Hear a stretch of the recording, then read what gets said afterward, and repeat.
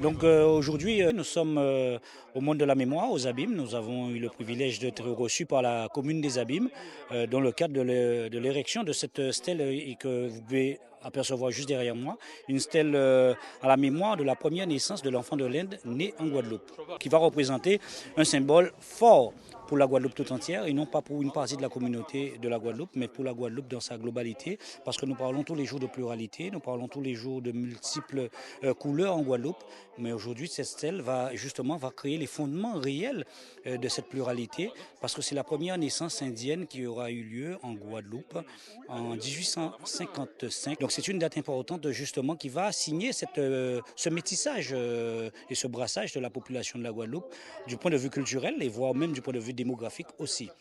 Alors c'est vrai que l'histoire fait qu'aujourd'hui, nous allons rendre hommage à Marie Monotti, la première enfant originaire de l'Inde, on va dire, enfant de l'Inde, qui a pris naissance aux Abîmes sur l'ancienne habitation Séligny du côté de Boisvin.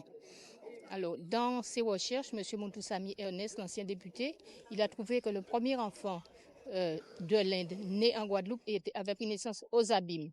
Et donc, il a demandé au maire de la ville des Abîmes, Éric Jalton, de rendre hommage à cet enfant le 25 janvier, parce que la date de naissance de cet enfant, c'est le 25 janvier 1855.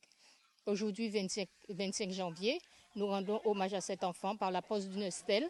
Bien, cet événement, c'est un événement historique. Vous imaginez, 170 ans après, on fête l'arrivée de la première naissance indienne en Guadeloupe. C'est quelque chose qui marque l'histoire de la Guadeloupe. Donc ça ne peut être qu'historique. Donc aujourd'hui, pas mal de manifestations se présentent, notamment celle-ci.